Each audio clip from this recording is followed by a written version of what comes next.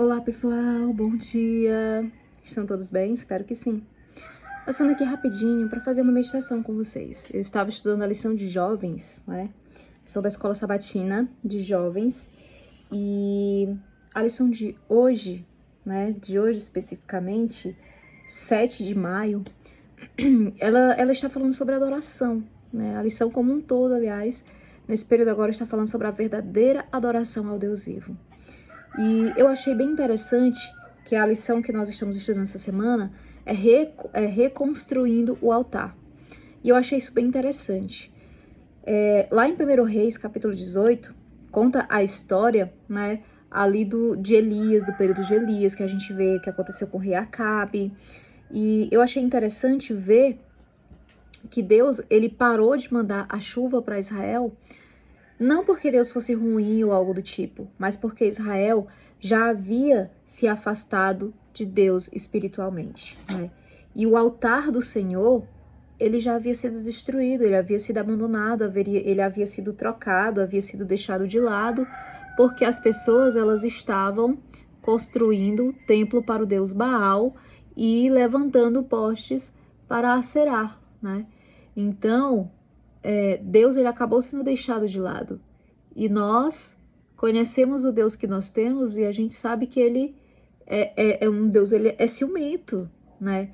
Tipo assim, na nossa vida tem que ter espaço unicamente para ele, não é que tem que ter, mas ele foi o Deus que nos criou, então por que adorarmos outro ser além do Deus que nos criou, né? Então, é bem interessante a gente vê que a apostasia, ela já havia começado antes mesmo de que Deus ele parasse ali a chuva. As pessoas não apostataram porque Deus parou a chuva. Elas apostataram bem antes. E quando nós deixamos o Senhor de lado na nossa vida e vamos fazer a nossa vontade, fazer aquilo que a gente gosta, fazer aquilo que a gente acha, nós deixamos Deus de lado. E deixar Deus de lado significa que vai ter consequência uma hora ou outra. Às vezes a consequência ela demora para chegar na nossa vida, mas vai ter consequência. E seguir a vida cristã não é fácil. A gente vive caindo. A gente vive caindo e algumas das nossas quedas são bem feias. Mas sabe, o que realmente é importante é não desistir, sabe? Não desistir. Caiu feio, levanta.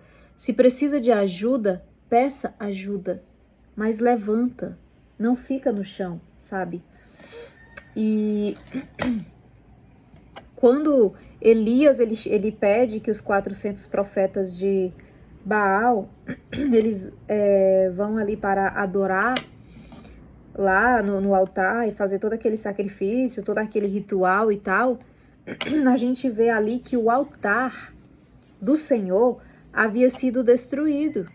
Ou seja, o altar do Senhor havia sido destruído, porque Israel havia dado lugar para outros deuses, mesmo vendo testemunhos e ouvindo histórias dos seus patriarcas anteriores, né? Das pessoas que viveram uma experiência real e diretamente com Deus. Mesmo Israel tendo toda a história maravilhosa, magnífica que Israel tem, de como Deus os tirou do Egito, de como o Senhor cuidou deles no deserto, mesmo assim, eles abandonaram o Senhor para seguir Baal e Aserá, né? E a gente vê ali a diferença entre a verdadeira adoração a Deus e a adoração que esses outros deuses impõem. Lá no momento, a gente vê que os profetas de Baal, eles faziam rituais se cortando, ou seja, eles cortavam o seu corpo até ficarem cobertos de sangue. Ou seja, não é algo fácil de se fazer. É algo difícil, entende? É algo difícil. É algo extremamente difícil, você se cortar todo, você se machucar, você sentir dor, você ficar coberto de sangue para poder adorar um Deus. Enquanto em contraste, a adoração de Elias, Elias fez ali uma oração. Elias fez uma oração e o único sangue que foi derramado foi o sangue do cordeiro, que a gente sabe que esse cordeirinho ele já apontava para Jesus Cristo. Ou seja, o tempo todo, ao invés da gente ter ido para a peia e ter se sacrificado e tudo isso, é o nosso Deus que se sacrificou por nós. Foi o nosso Deus que fez a parte difícil, a parte dolorida, a parte de ficar banhado de sangue. Quem fez por nós foi o nosso Deus. sabe? Então, como está o altar da nossa vida? Como está o altar de Deus na nossa casa? Será que nós temos tido tempo para ele ou será que o altar do Senhor dentro do nosso lar também está quebrado, igual estava o altar lá de Israel? Israel, por muito tempo na história de sua vida, ele se afastou de Deus. Ele se afastou de Deus. E a gente vê que na história, todas as vezes que Israel ele se afasta de Deus, a gente vê ali que realmente coisas ruins acontecem. Porque não tem como viver em um mundo cheio de maldade, cheio de coisas ruins, sem a proteção de um Deus maravilhoso, magnífico, igual que nós temos. Porque além dele não há outro, não existe outro Deus. Podem até existir aí milhões de religiões e tudo mais, mas Deus, o Deus verdadeiro, só existe um. Ele é o mesmo, hoje, ontem, e vai ser por toda a eternidade, sabe? Então, como está o altar do Senhor? A gente vê na leitura bíblica que Elias, ele reconstruiu o altar. E ele pegou ali 12 pedras para recolocar aonde estava faltando, e essas 12 pedras representavam as 12 tribos de Israel, né? E ele colocou ali no altar. E o cordeirinho foi morto no lugar daquelas pessoas.